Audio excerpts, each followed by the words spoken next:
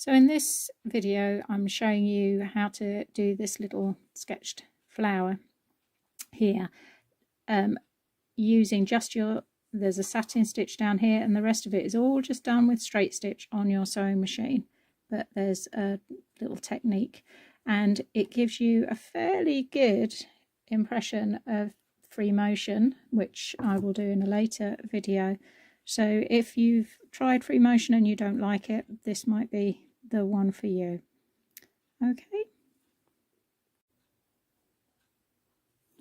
Okay, so I've changed the thread over to black, and what I'm going to do now is I'm using a friction pen here, and I'm going to draw on the outline of what I'm going to stitch on the machine. With this method, unlike free motion, it's much easier to follow a stitched line because you've got the time and the vision because of the foot that you're using, and because we're going to use a very small stitch to actually see it. Now I've done one lot that is on the fabric, and then because I want it to look sketchy, I'm going back in and I'm just taking it around the shape to give a second line that's coming off the flower as well, so it looks more like it's been sort of doodled, if you like.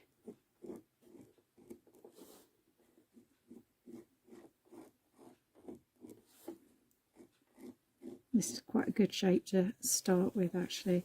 You could even go in again a third time, but I'm going to leave that for now.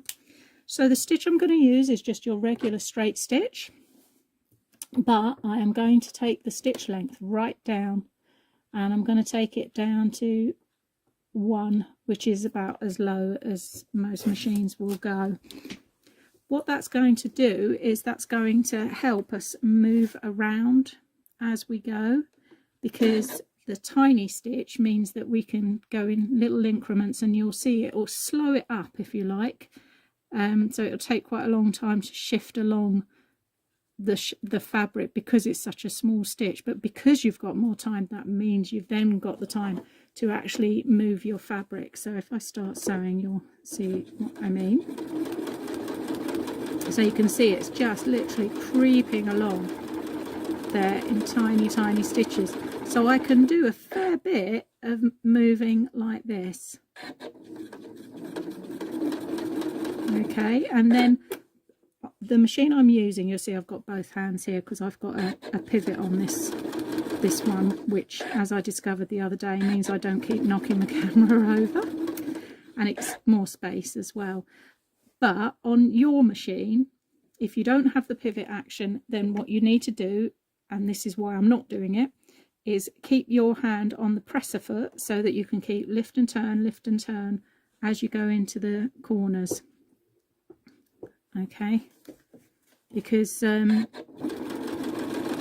you will need to do it quite a few times. As you can see, you're just going around this curve here. So as we normally do with anything like this, I'm now going to pivot right round, and I'm going to come back round and do this second line here. And like I say, I can manoeuvre it round reasonably well on the fabric. I can get a fair amount of turn on that before I need to actually lift and turn. And if you've tried, as I say, if you've tried free motion and you don't like it because it's a little bit nerve-wracking, and also if you find it quite hard to keep the line straight, I think certainly with free motion, it's more about how good you are at drawing. So if your hand-eye coordination and mouth coordination, I'm obviously not very good at that, if your hand-eye coordination isn't terribly good, then this is a really good way of doing it, because I can follow exactly those lines much easier. I've got far more control over the machine doing it this way, and I certainly think that that's quite a good way. Even if you do a bit of this for a while and then maybe go back to free motion, you might find that just by practicing this technique it will help. A lot of free motion really is about muscle memory, so doing things like this can certainly help. I'm using the very tiny stitch here because I want a sketchy look. The other stitch that I'm very fond of using for this technique, and I like it because it gives almost like a back stitch effect, is the triple stitch. I always call it the triple stitch. On your actual machine, it looks like 3 rows of stitching. It's not, it's actually a straight stitch, but it's walking forwards and backwards, and because it's going forwards and backwards you can do this sort of technique as well, and it will give you a much thicker line. So, you know, if you're looking for more contrast, then the triple stitch is quite a good one to use. But you can see where this is just giving it this kind of sketchy effect on top, which is what I want. So I'm going to line up and do another one.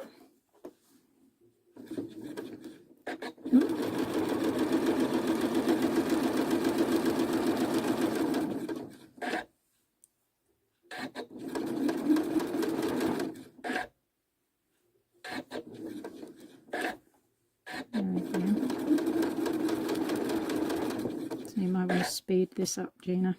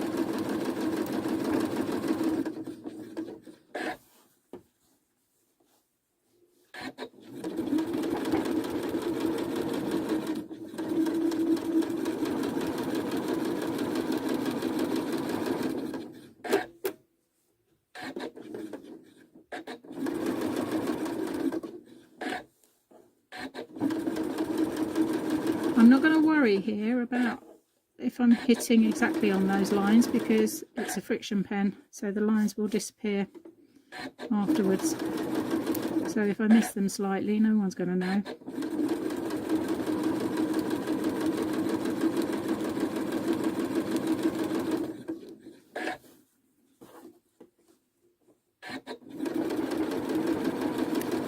I think I'm doing this with 2, but I think I might go back in and do a 3rd one. I can't remember if I did 2 or 3 on the free motion version. I really want to show you almost exactly the same thing, just so that you can see the effect that you get.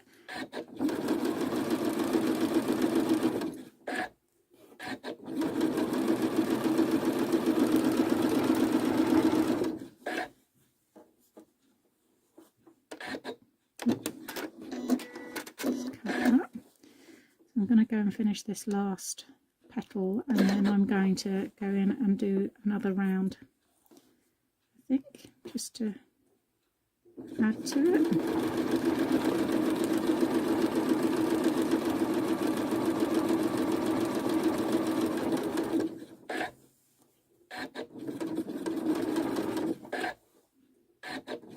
Completely missed that line.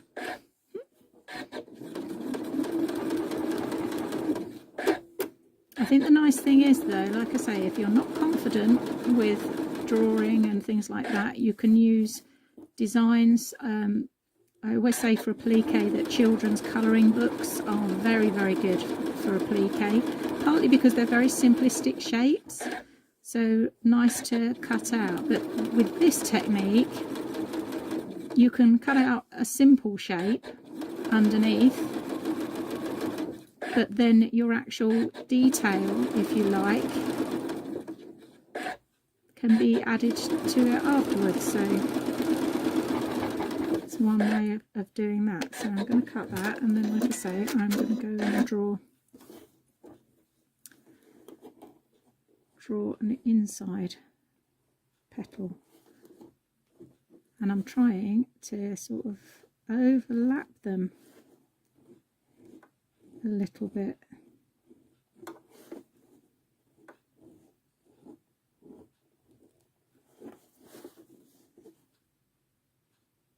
So that one there that I missed, I'm going to go around, get that one again.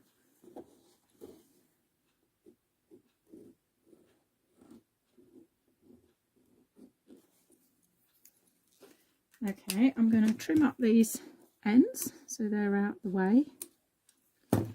You do get lots. Oh, I'm going to rethread my needle because that's come on threaded.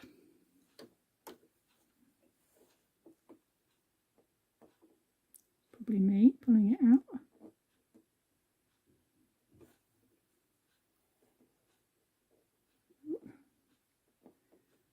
Right, Gina, you definitely want to speed up this bit.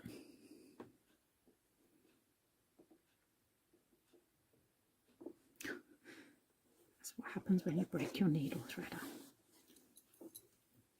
Okay, so I'm back on it, and I'm gonna follow that third petal line round.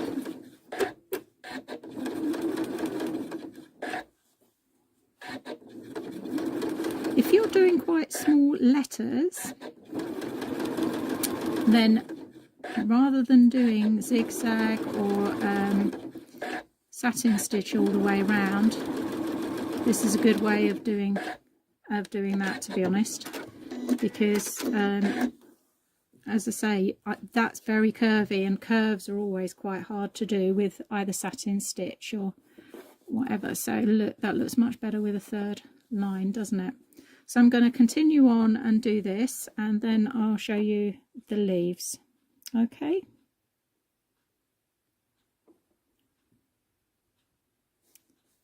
So I've now moved on to the leaves, and I've marked it up, and I've also marked up to go around twice, and marked up some veins going down the centre of the leaf as well. And I'm going to start at the top corner, and again you'll see that I've overlapped the fabric underneath. As long as I'm stitching the fabric down, which I am, it's bonder web down anyway, but the stitching, there's enough stitching on the leaf that's going to hold it down. One thing I didn't say that I do love this method for is if I'm doing decorative work on clothing. The issue sometimes with free motion is that it can be really, really scruffy underneath, and of course most of the time if it's pictorial that doesn't actually matter, but of course it will matter if it's actually on a garment that is going to be seen, you know, even if the wind just sort of blows it up in the air or something like that.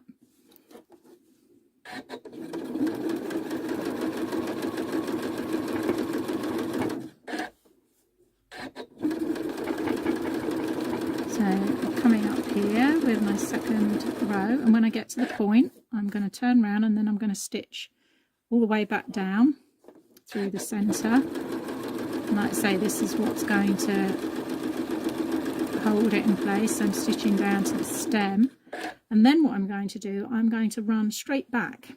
So I'm pressing in my reverse, and I'm trying not to hide what I'm doing, so I can just stitch backwards until I get to my first, I don't know if you can see it, my first vein, if you like, and I'm going to drop it down. I'm going to stitch to the end of that, stitch backwards until I get to the middle, and remember you're one stitch at a time, and then I'm going to run along the vein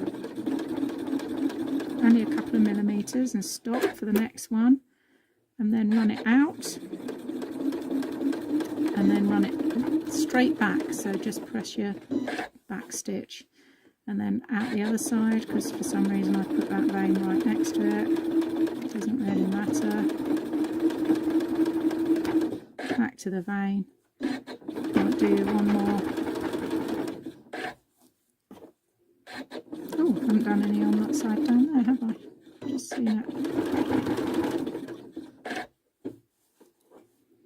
So I'm just going to run off to the end and cut it.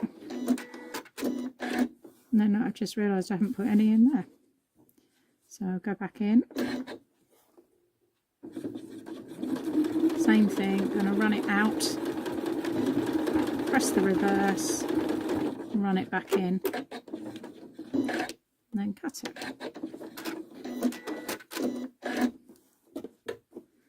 There we go. So, like I say, just because it gives this, let's see where you can see it, gives this lovely sort of shadow effect. There's a lovely artist, she's local to the West Country actually, called Doris, I'm going to get this wrong probably, Doris Hyatt, I think. She had an exhibition at the Museum of Somerset recently, and one of the methods that she uses is a sort of printing method where she has blocks of colour, say houses for example, and then actually draws detail over the top of it in black, and when I went to see it I thought, my goodness, that's so effective and such an easy thing to do within textiles as well. But it's really rather nice to kind of miss it, if you like. Just gives a much freer finish to it, which I think for pictorial work is really nice. So I'll go on and carry on and finish the second leaf, and then I'm just going to do a little bit around the centre in the middle there as well, which I'll show you. I won't show you the other leaf because I've shown you one, but I will, so I'll pause it while I do that and then come back and do this centre bit. Okay, so I'm now going to start on this centre bit, and same stitch, and I'm pushing down with this hand here so that I can pivot it as much as possible, the fabric, before I need to lift and turn.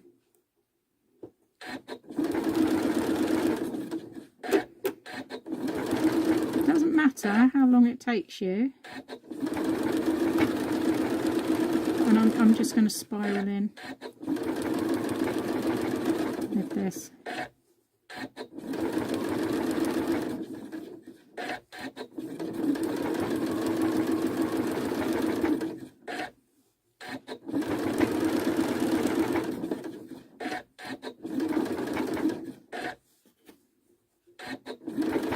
Don't feel that you have to rush this. The whole joy of this technique is that you don't have to. You can go at exactly the speed you want to go at.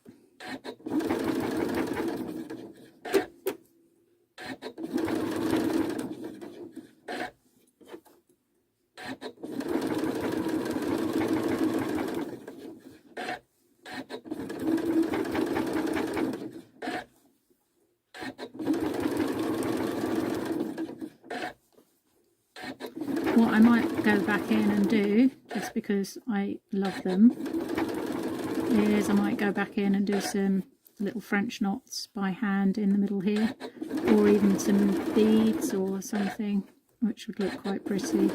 These are absolutely lovely for little mini pictures or cards, because what I can do afterwards is trim away that backing and then fray this up. I'm stitching this on a linen, which you can either buy by the metre, or Hemline do packs which have got like a ½ metre piece in. They're not very expensive, they're only a couple of pounds, but I love the look of linen as a background for this sort of thing. It's very natural colour, so it just means you can put any colour with it at all. So nearly there, just going into the centre. One thing I didn't mention actually is, even if you don't have a pivot feature on your machine, you may well have what's known as a knee lift, and it will be a sort of almost an L-shaped bar that fits into there's a hole at the front of your machine, and every time you hit it with your knee it lifts the presser foot for you. If you've not used that before for this kind of thing, and for quilting and stuff like that, that's actually a really useful thing to have. And as I say, there are certain machines, it doesn't need to necessarily be a long arm to have it. I know there are a few regular size machines, top end ones, that have a knee lift. Right, I'm in the middle, there we go.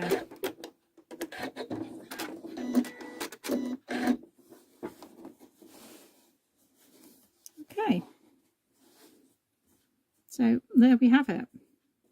I didn't drop the feed dogs once. I have no prickly underarm feeling, no panic, which sometimes in free motion classes you do get that slight edge and people forget to breathe and stuff like that. So as I say, if you find this a little bit awkward, if you find free motion awkward, then try this, because it does give such a similar effect, and it's really good fun way of using up scraps and stuff like that.